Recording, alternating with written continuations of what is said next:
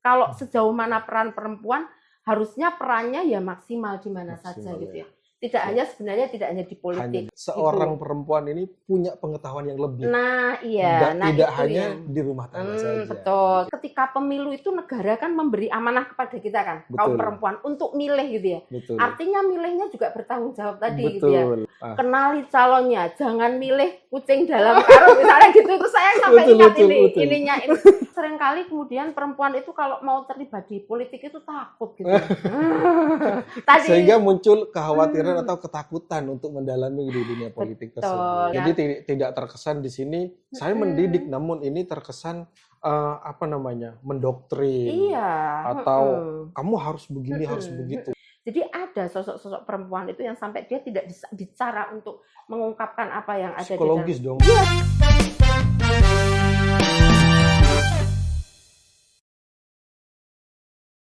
Assalamualaikum warahmatullahi wabarakatuh. Selamat sore teman pemilih. Kami KPU Kabupaten Bangkalan, jumpa lagi dengan kami dalam acara podcast, khususnya di lembaga kami KPU Kabupaten Bangkalan. Yang alhamdulillah hari ini bertepatan dengan Hari Ibu.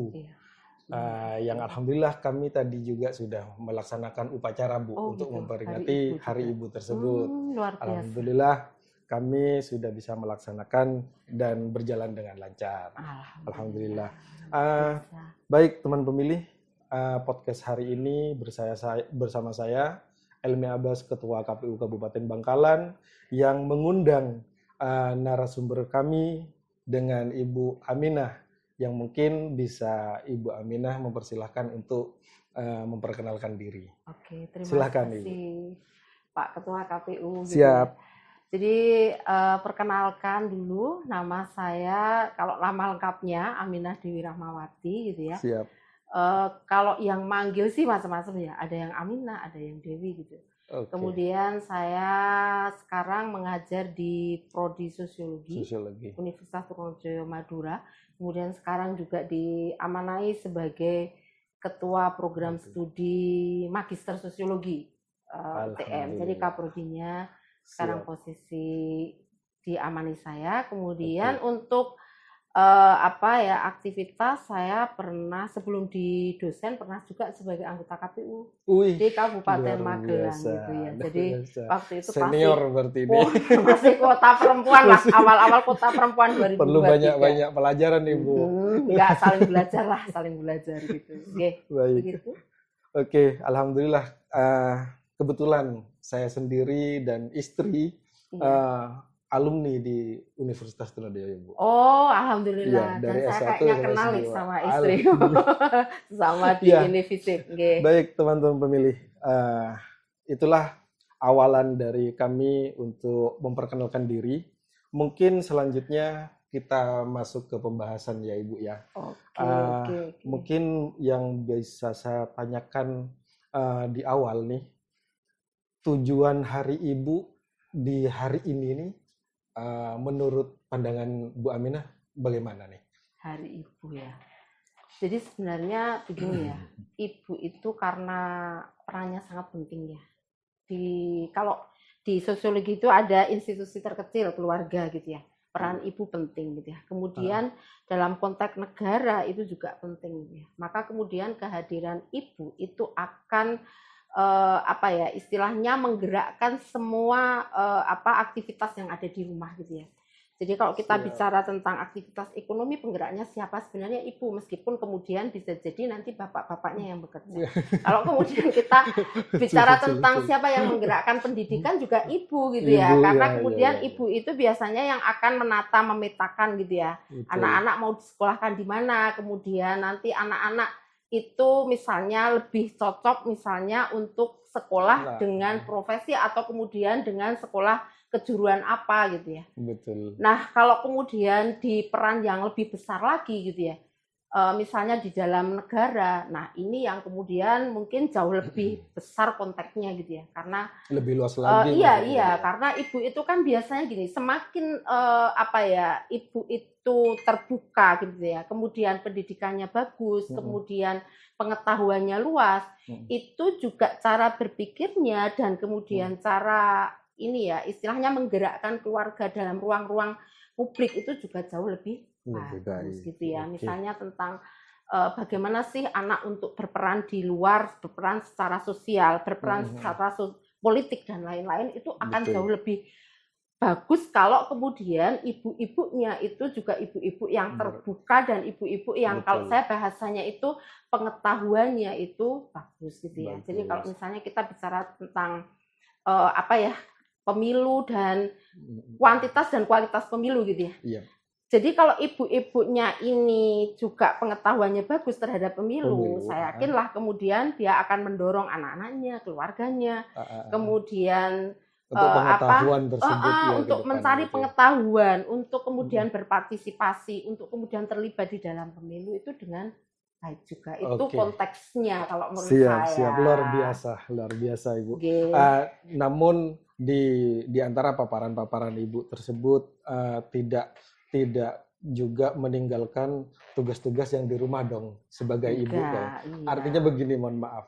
Ibu adalah seorang ibu pendidik anak-anak dan ibu rumah tangga juga di rumah.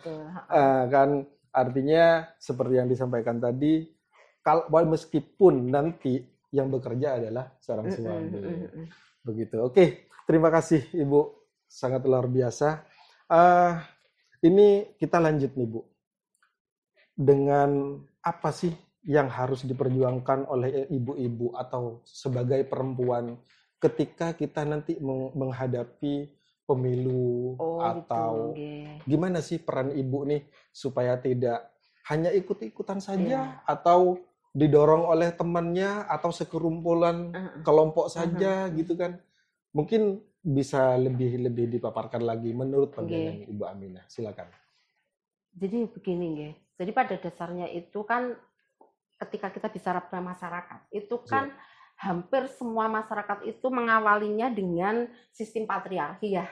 Nah, gitu. Jadi istilahnya konstruksi laki-laki itu kan sangat kuat gitu ya. Dan kemudian itu kan di negara-negara maju yang sekarang gitu ya.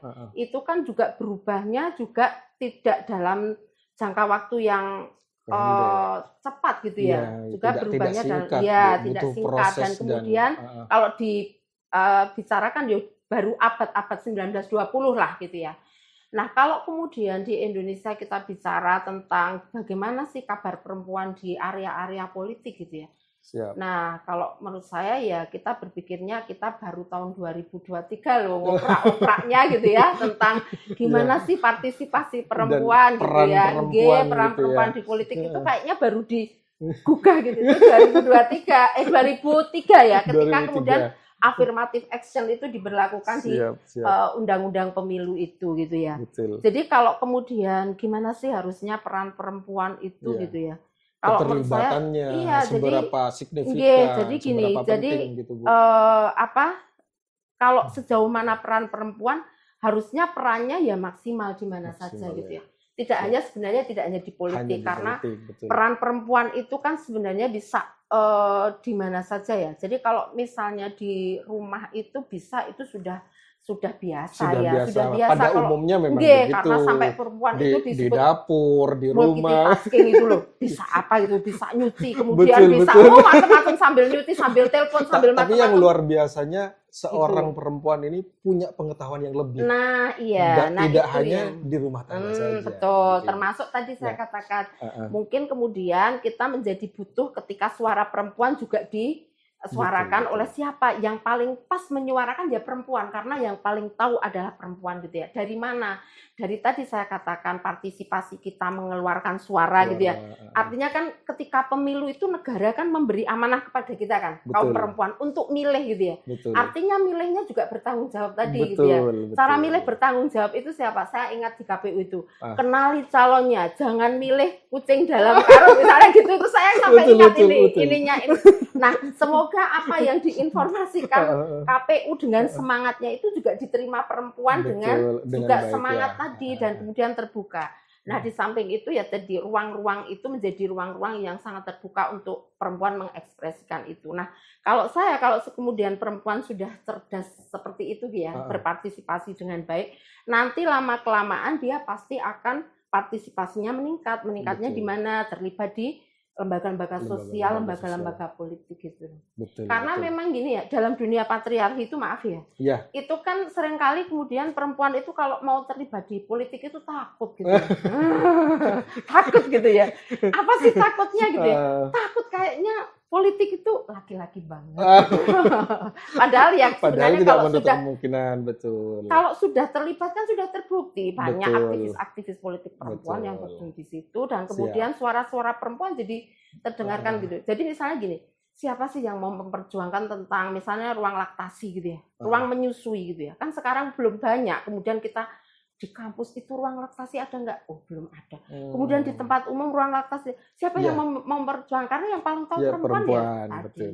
Sebenarnya itulah. Jadi mengawalinya dari meningkatkan pengetahuan perempuan gitu ya. Jadi semangat kemudian kita misalnya di KPU gitu, sosialisasilah kepada perempuan gitu ya.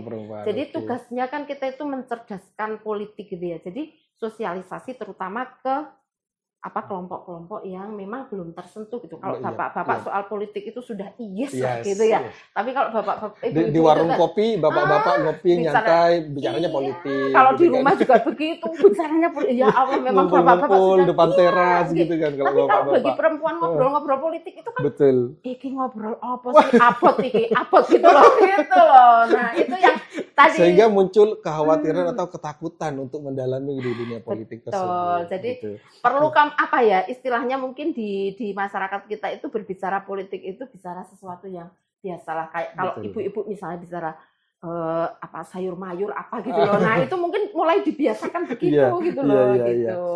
Sambil lalu diskusi gitu ya Ibu ya. Baik, teman-teman pemilih, kita lanjut perbincangan hangat kita yang sangat memotivasi kami. Jujur Bu Aminah sudah pernah dulu di KPU dan saya baru dilantik langsung menghadapi pilkada Bu. Tapi alhamdulillah kami, saya dan rekan-rekan komisioner alhamdulillah efektif, efisien dan secara prosedural kami menjalankannya dengan baik. Mantap. Alhamdulillah. Gitu. Baik, menyambung tadi, begitulah peran perempuan yang notabene dibilang sudahlah begini perempuan kok gitu kan gitu. Tapi kenyataannya nih dengan ketemu dengan perempuan yang luar biasa seperti Ibu Aminah, pengetahuan dan pengalamannya yang sangat memotivasi kami. Saya sebagai laki-laki, kira-kira menurut Bu Aminah, kapan kita bisa menghargai seorang perempuan dalam berumah tangga? Artinya di dalam rumah tangga tersebut ada suami dong. Ini kepala rumah tangga, kepala ibu dan kepala anak-anak, gitu ya. Tidak terlepas, ibu juga berperan penting dong dalam rumah tangga tersebut, termasuk mendidik anak sampai ke depannya, ke masa depannya, gitu kan. Namun di sini yang dimaksud pertanyaan caranya menghargai seorang perempuan dalam memilih. Saya mau milih ini dong ya, atau papa atau bapak gitu ya. Gak boleh. Kamu sebagai perempuan harus ikut suami dong. Nah, ini kira-kira bagaimana Bu? Mungkin pandangan Ibu Aminah. Silakan. Jadi memang gini ya, kalau kita pikir gitu ya, seseorang itu berkembang atau tidak berkembang itu kan diawali dari rumahnya gitu ya. Siap. Jadi kalau kemudian kita mulainya dari kapan perempuan itu misalnya diberi ruang-ruang positif ya untuk berkembang. Tentu tidak dari dia itu bersuami ya. Karena bersuami itu sudah, kalau perempuan sudah langkah kedua. Langkah pertamanya ya dari kemudian orang tuanya gitu ya. Jadi kalau misalnya Pak Ketua KPU punya putri gitu ya. Betul. Nah, harusnya kemudian dari putrinya kecil itu kan sudah diberi ruang-ruang kebebasan untuk tadi mengembangkan potensinya. Karena biasanya begini kan, di adat-adat tertentu itu misalnya saja ada yang kemudian misalnya masalah sekolah itu pun harus diprioritaskan gitu ya. Kalau kamu sekolahnya boleh jauh gitu ya, tapi kalau kamu perempuan sekolahnya yang dekat-dekat saja. Atau maaf ya, kamu sekolahnya di sini aja ya nak, yang nggak macem-macem gitu ya. Macem-macem itu kan dalam konteks perempuan itu harus ditamengi yang luar biasa gitu ya itu. Nah, jadi kalau dari kapan ya harusnya dari ketika dia kecil ya, dia sudah ruang gitu ya, untuk bisa memang berkembang. Kemudian jadi tidak terkesan di sini saya mendidik, namun ini terkesan mendoktrin. Atau kamu harus begini, harus begitu, ikuti orang tua gitu. Kadang kan ini ya ada model-model keluarga itu yang maaf ya otoriter gitu ya. Jadi misalnya anak perempuan harus gini ya gini gitu. Apalagi kemudian di budaya-budaya kita maaf loh masih ada loh perjodohan di usia anak-anak itu gitu loh, sehingga perempuan sudah tidak bisa memilih lagi gitu ya. Dengan segala alasannya itu Bu ya. Ya alasan orang tua sih bagus ya. Jadi supaya kamu mendapatkan jodoh yang dalam pandangan orang tua itu bagus. Tetapi dalam perkembangan anak-anak yang belum itu masuk tekanan nggak sih Bu? Nah, kalau kita pikir ya anak-anak itu kan ketika anak-anak ya dunianya bermain, kemudian mengembangkan potensi. Nah, ketika sudah dibebani dengan kewajiban-kewajiban yang memang kemudian sebenarnya bagi dia itu belum mampu, itu kan bagian dari tekanan luar biasa yang bisa jadi seorang anak tidak bisa menyuarakan itu gitu ya, sampai kemudian ada teorinya postkolonialis itu loh. Jadi subaltern itu. Ada teorinya yang dikeluarkan oleh tokoh dari India yang namanya Spivak itu kan begitu. Jadi ada sosok-sosok perempuan itu yang sampai dia tidak bicara untuk mengungkapkan apa yang ada psikologis di dalam. Dong. Iya, jadi kalau misalnya tadi yang saya katakan dijodohkan gitu loh. Jadi anak itu sudah nggak bisa bilang saya nggak mau. Andai kan dia bilang nggak mau, itu nggak digubris lah gitu loh, nggak digubris. Aku itu yang paling tahu kan gitu ya. Orang tua itu kadang begitu ya, gitu. Betul. Sampai milih bajunya, milih alat tulisnya lah, kapan kemudian anak bisa berkembang kalau itu. Kemudian setelah itu tahap kedua, kemudian dia menikah gitu ya. Nah ini juga tahap yang penting karena kemudian menikah pun juga dijodohkan ya Bu. Nah apalagi itu sudah gitu kan. Apalagi kemudian kondisi suaminya itu kuasanya itu luar biasa gitu ya, sehingga kemudian sampai dia tidak bisa istilahnya mengembangkan potensi. Nah maka ketika kemudian istri posisinya sudah menikah, ini yang juga kondisi paling penting karena kemudian kemudian dia remaja gitu ya, sampai kemudian nanti tua dia akan berada di dalam pengasuhan suaminya gitu ya. Jadi kalau kemudian tadi saya katakan saya membahasakan di ruang-ruang terbuka keluarga kita itu istilahnya kuncinya itu kita buka gitu ya. Sebenarnya perempuan itu banyak yang memiliki potensi yang luar biasa gitu ya. Betul. Kan. Jadi misalnya tadi saya katakan kita kan nggak menyangka kan ketika ada orang-orang yang sekarang itu kok bisa ya jadi kepala desa, kok bisa ya jadi anggota legislatif perempuan ya. Kemudian kita dulu kayaknya waktu dulu nggak gitulah gitu. Ya karena tadi sebenarnya berkembang atau tidak itu karena ruang-ruang itu mendukung itu. Sehingga muncullah the power of emak-emak nih. Nah, tadi saya katakan jadi kalau misalnya emak-emak itu dibilang perempuan itu gitu ya sehari itu 20.000 kata kan. Jadi kalau misalnya istri-istri, misal dalam keluarga ya, ada istri-istri yang kemudian diem. Nah itu yang dilihat suaminya berarti suaminya potensi yang itu. Nah, karena banyak ya ruang-ruang kecil perempuan itu yang tidak pernah disentuh gitu ya. Bisa dibilang penguasa di rumah tangga nggak itu Bu? Yang perempuan? Yang suami. Nah makanya tadi ada kan model-model kepemimpinan laki-laki itu yang tadi otoriter, yang demokratis, yang ini saya gitu. Yang nentuin nih. Iya, kan betul. Begitu, sampai kemudian ada kan mau aktif di mana saja nggak boleh gitu. Itu masih banyak loh yang misalnya mau keluar saja harus izin, mau ini harus izin, mau ini itu tidak diizinkan, tidak ini. Nah artinya kan kemudian perempuan itu hanya ada di ruang-ruang terbatas yang sebenarnya kemudian dia bisa berkembang dan kemudian tidak bisa berkembang. Itu banyak lah gitu lah. Penyebabnya siapa ya bisa jadi salah satunya loh ya. Salah satunya bisa jadi karena faktor suami ya. Jadi tadi kalau misalnya dari mana itu kapan dia bisa kemungkinan apa karena pola pikir atau adat budaya atau bagaimana Bu? Kalau dalam Sehingga saya sosiologi, nih sebagai suami mikirnya diterapkannya menerapkan ke keluarga terutama ke istri juga begitu. Ini pemecahannya kira-kira bagaimana nih Bu supaya kan yang disampaikan seorang perempuan yang luar biasa itu seorang suami pun juga bisa nerima dan mendengar dong. Iya, Solusinya betul. bagaimana? Kan Jadi begitu. kan gini, ilmu yang paling banyak itu dari mana sih? Dari keluarga kita Dari lah. keluarga, Iya betul, kan? betul. Jadi kalau kita itu ya, cara memperlakukan suami, misalnya Pak Ketua KPU ini, dari mana ilmu paling banyak? Dari keluarga saya, dari ayah kepada ibunya gitu. Betul. Karena apa? Itu belajar yang paling panjang kita dari kecil gitu ya. Kalau kemudian ayah kita sayang, ayah kita memperlakukan ibu dengan baik-baik, kita juga akan terinternalisasi dengan begitu. Ngasih ruang-ruang yang baik untuk gitu loh. Jadi terlebih di sekolah berprestasi atau seperti ayah apa juga gitu membantu kerja ibu. Itu juga gitu, faktor sosialisasi terus-menerus dari keluarga kan. Kan gini, misalnya ada keluarga yang bilang gini ya, kalau misalnya mau menikah itu, ada seorang ibu bilang begini, nak sama calon mantunya misalnya, nak ingat yo, anakku itu nggak pernah mencuci, nggak pernah mandi dimandiin, misalnya gitu loh. Ada nggak yang kayak gitu? Nah itu kan keluarga yang kemudian nanti maksudnya menurun ke kita cara-cara itu gitu loh. Dan kalau itu dibiarkan, kan tidak semua, tidak semua apa yang disosialisasikan, apa yang terjadi di keluarga kita itu pasti benar, itu tidak semuanya loh gitu loh. Nah itu yang kemudian kita harus buka dulu gitu ya. Bahwa kemudian ternyata saya salah ya ketika kemudian saya memperlakukan istri itu kayak kayak membantu gitu ya. Anduk gitu. Apa gitu kan gitu. Itu soal yang kecil, apalagi soal besar termasuk pilihan tadi gitu kan. Betul. Gitu.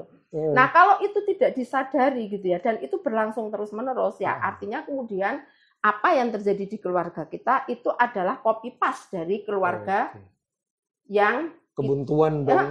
Gitu dari kita mengcopy di keluarga baru kita gitu ya. Padahal kita berbeda generasi, bisa ternyata. Betul. Padahal generasi ke generasi ini tidak monoton yang saya rasakan sekarang. Halnya Ibu dulu waktu jadi KPU di tahun berapa? 2000, beda dengan sekarang. Sama sekarang yang saya jalanin sekarang kan beda gitu kan. Itu bagi saya bisa terbuka, gitu ya. Tetapi belum tentu bagi orang lain yang kemudian tertutup cara berpikirnya gitu loh. Maka tadi saya katakan kita itu memang harus kunci-kunci harus dibuka. Gitu. Lanjut nih Bu, di poin keempat, kita ada pertanyaan yang isinya begini. Bagaimana sih caranya agar kita bisa menghargai seorang perempuan? Ini laki-laki ya, yang bertanya. Saya nanya, menurut Ibu, gimana sih caranya kita bisa menghargai seorang perempuan itu? Gimana ya cara menghargai perempuan itu? Kalau saya begini. Apa dari kehidupan sehari-hari, seperti yang tadi gitu toh? Mungkin salah satunya itu Bu ya. Gini kan, kehidupan kita itu kan sebenarnya dari sederhana sampai yang rumit kan, gitu ya. Nah, gimana cara menghargainya? Ya bagaimana kemudian dari yang sederhana itu perempuan didudukkan pada posisinya gitu. Kalau saya begitu. Jadi misalnya tadilah tentang pembagian kerja saja gitu ya. Pembagian kerja itu mulai ditata lagi lah, tidak kemudian perempuan itu menjadi orang-orang yang kemudian berperan ganda gitu ya, sedangkan bapak-bapak tidak berperan ganda gitu kan. Nah itu misalnya begitu. Kemudian dalam tatanan-tatanan sosial kita yang mulai konstruksinya dirubah. Kalau kan kita gini lah, biasanya perempuan itu dikonstruksi apa sih? Orangnya lembut, teliti, pelit gitu. Nah, makanya posisinya bendahara aja gitu kan. Ibu negara. Gitu. Nah, padahal sebenarnya perempuan itu apa sih? Kritis, kemudian dia partisipatif, kemudian perasa juga. Enjoy, perasa gitu ya, juga empati begitu. Nah, maka kemudian konstruksikan perempuan itu pada hal-hal yang positif itu gitu. Sehingga kalau saya garis bawahinya agar perempuan itu bisa memiliki ruang untuk berkembang. Dari ruang yang berkembang itu mungkin ada perubahan-perubahan dari konstruksi-konstruksi masyarakat yang memang tadi ada yang meminggirkan, ada yang kemudian ketidakadilan terhadap perempuan, begitulah. Itu kalau saya. Ya, oke. Masuk sih Bu. Kenapa pertanyaannya itu seperti itu? Sehingga ketika kami sudah bisa menghargai dan menerima atau interaksinya baik gitu kan, diskusinya atau apalah kegiatan sehari-hari di rumah tangga itu positif, diterima gitu kan. Maka perempuan kita tarik nih ke nilai-nilai politik, pemilu atau pilkada. Tidak menutup kemungkinan dalam satu rumah tangga, satu kakak, saya dengan istri saya beda pilihan dong. Tidak menutup kemungkinan. Atau mungkin anak nih, anak saya yang sudah berumur 17 tahun atau yang sudah dibilang boleh menyuarakan suaranya dalam daftar pemilih. Nah, maka di pemilu ini, pemilihan ini gitu kan. Saya punya pilihan dong. Istri juga, anak juga.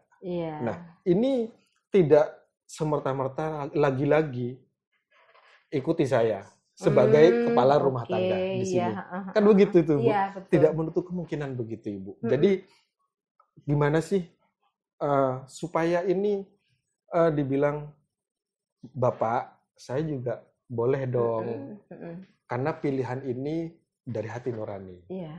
Tidak perlu adanya pemaksaan, intimidasi, disuruh, atau hanya karena ibu-ibu PKK atau ibu-ibu muslimat atau sebagainya lah. Gitu ya. Tapi ini benar-benar murni dari pilihan hati nurani saya. Gitu kan. Bagaimana itu, Ibu? Ya, itu mungkin kan sebuah keinginan yang ideal ya dari kita, bahwa bisa diterima gitu kan. Saya ingat ya, apa sih sebenarnya ukuran pemilu gitu ya. Ukuran pemilu itu kan kuantitas dan kualitas ya. Betul. Kuantitas itu sebesar mana kemudian orang-orang berpartisipasi. Tetapi tidak cukup, kualitas juga gitu ya. Sebesar mana orang itu ketika datang ke bilik-bilik pemilih itu memang kemudian orang yang paham gitu ya. Dimulai dari mana sih? Lagi-lagi dimulai dari keluarga kan gitu ya.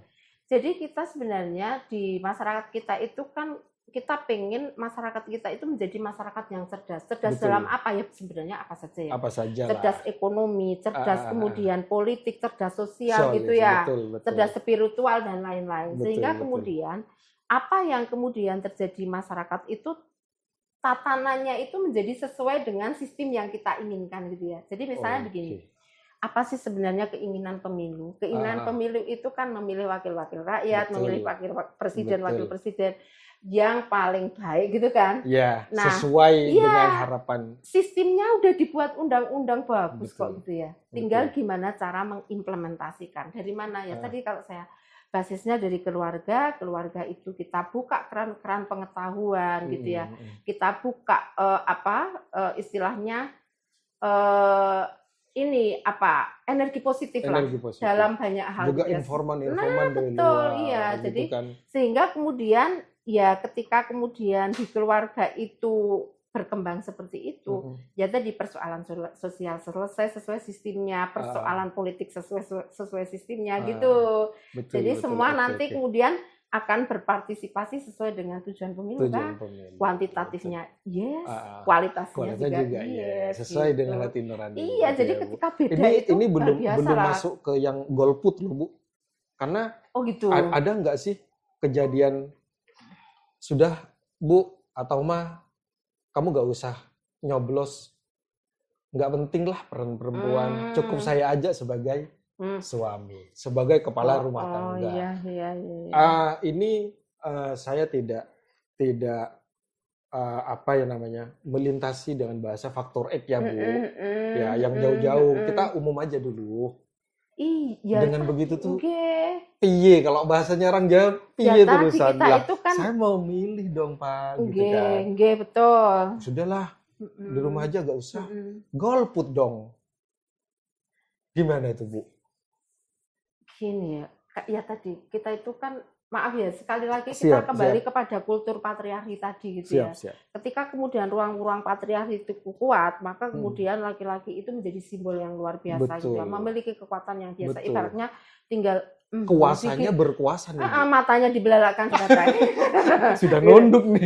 Belum ngomong. Itu untuk hal-hal yang kadang sifatnya tadi saya katakan yang ringan-ringan gitu ya. Itu saja sudah dalam kondisi tekanan, dalam apalagi politik itu dalam ruang-ruang kita itu dianggap sesuatu yang sangat besar kan. Padahal kalau menurut saya politik itu dianggap ringan malah semakin enak loh gitu.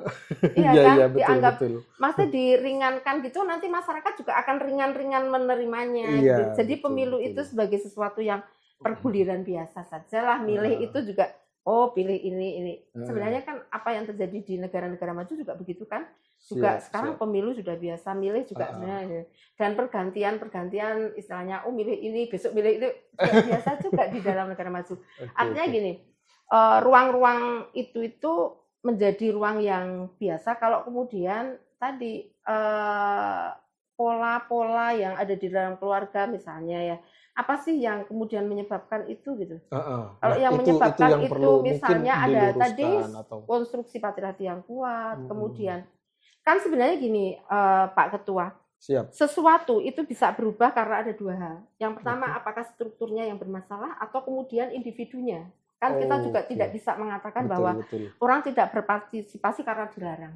Belum tentu itu. Belum tentu ya. Karena bisa jadi individunya juga nggak mau kemudian terlibat banyak. Betul. Karena sudah kalau tidak terlibat banyak, mungkin bisa di faktor yang pembahasan tadi, pengetahuan tentang politik dong. Betul, iya. Karena tadi saya katakan kita itu tidak pernah membahas politik di dalam keluarga, tidak pernah membahas politik di tempat-tempat umum, itu kan begitu. Sehingga ketika kemudian kamu itu nggak usah milih lah, malahan kalau enak ya nggak milih gitu. Iya, jadi nggak berpikir bahwa tadi saya katakan urusan laktasi ASI itu siapa yang mikirkan, ibu-ibu juga toh. Iya, betul, gitu. betul. Padahal peran perempuan itu sangat signifikan Ibu ya. Di sini butuh, gitu ya. Tadi ngobrol-ngobrol kita 51% loh. Perempuannya kan jumlah pemilihnya coba kalau jumlah pemilih itu bersuara dan kemudian berkualitas. Tempat-tempat tadi laktasi, kemudian penyuluhan ibu hamil, kemudian pernikahan sehat dan posyandu segala macam ya Bu ya. Baik, teman-teman memilih, ini sangat-sangat luar biasa ya perbincangannya. Ini pertemuan saya sama beliau ini benar-benar memompa semangat saya Bu, untuk lebih lagi mendorong pengetahuan, informan dan segala macam, khususnya di pemilu, di bidang saya ya, di lembaga kepemiluan. Ini menurut saya pertanyaan ini menarik nih Bu. Peran perempuan yang sangat penting dalam berbangsa dan bernegara. Peran perempuan yang sangat penting dalam berbangsa dan bernegara. Ya? Berbangsa dan bernegara. Bukan hanya berkeluarga loh Bu ya. Ini berbangsa dan bernegara Ibu ya. Jadi kalau pandangan saya ini luas nih. Kami berbangsa, kami bernegara. Meskipun kami dibilang perempuan. Coba seandainya mungkin bisa dibuktikan, kami sebagai perempuan bla bla bla. Berbangsanya, bernegaranya. Sehingga kalau kita tarik nih ke pemilu, ke politik, itu kan ada di ranah berbangsa dan bernegara. Oke. Silakan Ibu. Oke, kalau saya sih begini ya. Kalau berperan di dalam berbangsa dan bernegara sih, kita melihat semua posisi itu menjadi sesuatu yang penting kalau berkualitas. Berkualitas Jadi ya. kalau misalnya balik lagi ke kualitasnya ibu, itu tadi ya. Iya, kalau menurut saya. Jadi ibu rumah tangga apakah penting bernegara? Penting lah gitu penting, ya. Karena kemudian dia akan menjadikan suaminya misalnya. Suami yang kemudian produktif, kemudian berkualitas gitu. Menjadi anaknya begitu. Itu kan juga penting kan. Penting, ya, penting banget. Oke, jadi ibu rumah tangga juga bukan pilihan yang kemudian pilihan yang istilahnya tidak dihargai, tetapi itu berharga juga gitu ya. Itu jadi kalau ibu rumah tangga ya tadi saya katakan ibu rumah tangga yang baik itu yang kayak apa sih gitu. Itu juga kita itu kan tadi saya katakan banyak ibu rumah tangga itu yang menjalaninya juga karena habit kebiasaan aja gitu kan. Sehingga kemudian anaknya berkembang ya silakan, nggak berkembang silakan, suaminya berkembang silakan.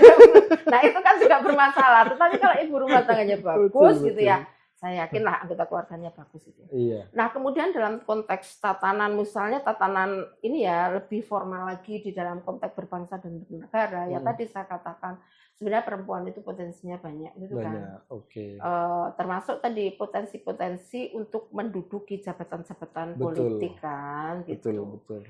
Nah, karena kita itu tadi ibaratnya dibangunkan itu baru 2003 kan, 2003, dengan affirmative action itu, kemudian orang semua bergerak, LSM bergerak, organisasi perempuan bergerak gitu ya. Kemudian itu menjadi perhatian yang sangat luas gitu ya. Betul. Kalau pemilu itu kan kalau saya lihat berapa sih 30%-nya itu coba kalau nggak ada affirmative action itu juga nggak akan seperti itu misalnya negara menyediakan KPU sebagai penyelenggara. Untuk kemudian istilahnya memvalidasi apakah partai politik sudah 30% atau belum gitu ya. Betul. Artinya secara sistem itu kan sebenarnya perempuan itu ruangnya sudah ada ya. Sudah ada lah. Mau di mana saja sekarang sudah tidak ada kok persyaratan laki-laki, sudah nggak ada lah gitu ya. Itu secara struktur saya melihat undang-undang dan peraturan itu sudah mengadopsi lah keterlibatan perempuan di dalam ruang-ruang itu gitu ya. Hanya kita juga belum bisa menjamin apakah di pelaksanaannya itu sudah bisa sesuai dengan sistem yang berlaku itu atau tidak, karena sekali lagi budaya itu aturannya gini, kadang ketika budayanya lebih kuat gitu ya, itu bisa jadi tidak seperti itu secara struktur ya. Siap. Yang kedua kalau secara individu gitu ya, jadi karena mungkin kita itu sudah lama ya, perempuan itu tidak terlibat dalam mungkin di ruang-ruang publik dan politik, itu juga harus tadi ada proses penyegaran lah.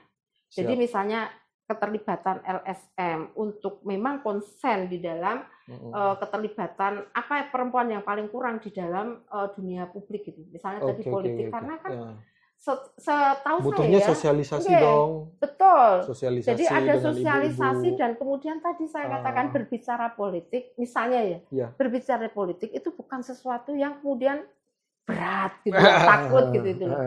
Jadi lembaga-lembaga yang kemudian ada di dalam masyarakat, mungkin termasuk kalau saya harapannya besar kan terhadap KPU ya. Siap. Karena memang kemudian ini menjadi target untuk pelibatan aktivitas politik yang lebih tinggi di perempuan ini, maka kemudian konsentrasi untuk mengelola pemilih perempuan itu juga perlu ditingkatkan. Itu untuk di KPU ya, gitu ya. Sebagai lembaga, memang lembaga politik lembaga negara yang mengurusi bidang pemilu dan kepolitikan gitu ya. Kemudian untuk lembaga-lembaga kemasyarakatan atau lembaga sosial, LSM gitu ya. Itu ya mulailah kemudian memetakan berperan ketika kemudian perempuannya begini, cara membangkitkan, cara mengeluarkan dari situasi itu kan memang kadang kemudian harus ada bantuan dari luar untuk kemudian bisa berdaya, maka kemudian ada pemberdayaan gitu, Ibu, ya. Makanya kemudian ada konsep pemberdayaan itu kenapa? Karena kemudian dia tidak berdaya dan kemudian harus ada pemberdayaan pendampingan gitu.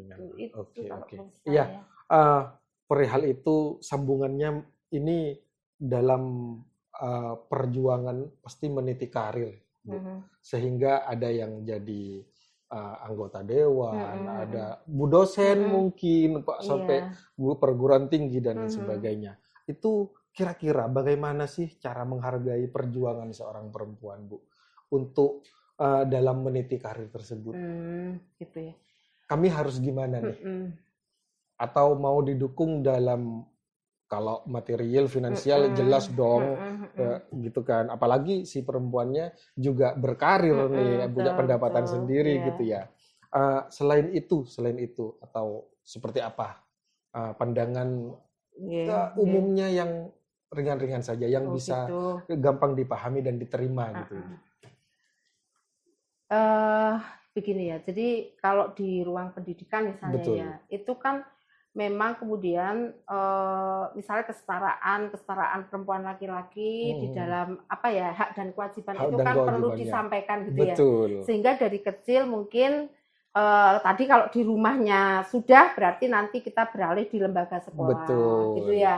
Artinya lembaga sekolah menjadi penting. Naik lagi di lembaga formal juga menjadi penting. Gimana cara istilahnya memberikan perlakuan yang sama terhadap laki-laki dan perempuan, memberikan apresiasi yang sama terhadap laki-laki dan perempuan.